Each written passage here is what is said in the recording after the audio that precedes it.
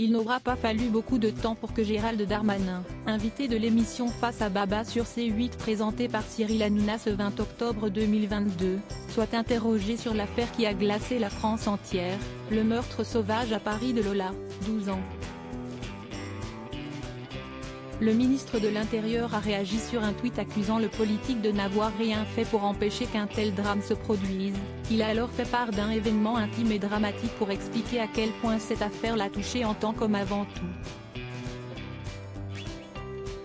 Personne ne peut se mettre à la place des parents de Lola.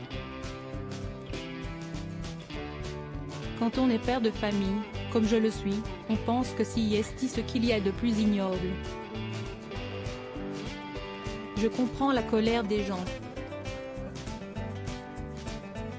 Je fais de la politique pour éviter ça, a d'abord expliqué le père de Maximilien et Alec, né de son mariage avec Rose-Marie de Villers. Vous savez, ça me touche d'autant plus que moi aussi j'ai connu un drame familial, de perdre un enfant, le fils de ma sœur, qui est mort assassiné dans des conditions extrêmement ignobles. Je sais ce que ça fait comme dévastation dans une famille.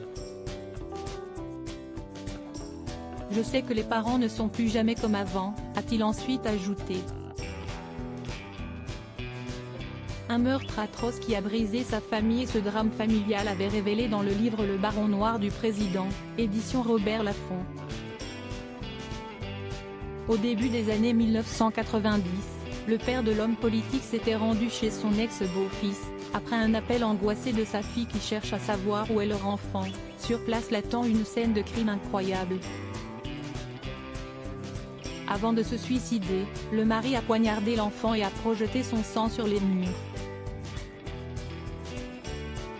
Gérald Darmanin est sous le choc de la mort atroce de son petit-fils. Cet événement a marqué à jamais la famille Darmanin et le père deviendra obsédé par cette affaire, pensant que son ex-gendre cache quelque chose, il envisage même l'implication d'un réseau complotiste.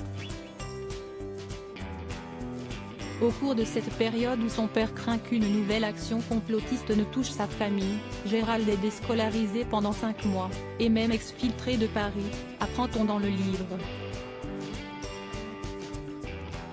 Sombrant dans l'alcool, il a vu ses relations se dégrader avec son fils, et les deux hommes avaient coupé ensuite les ponts.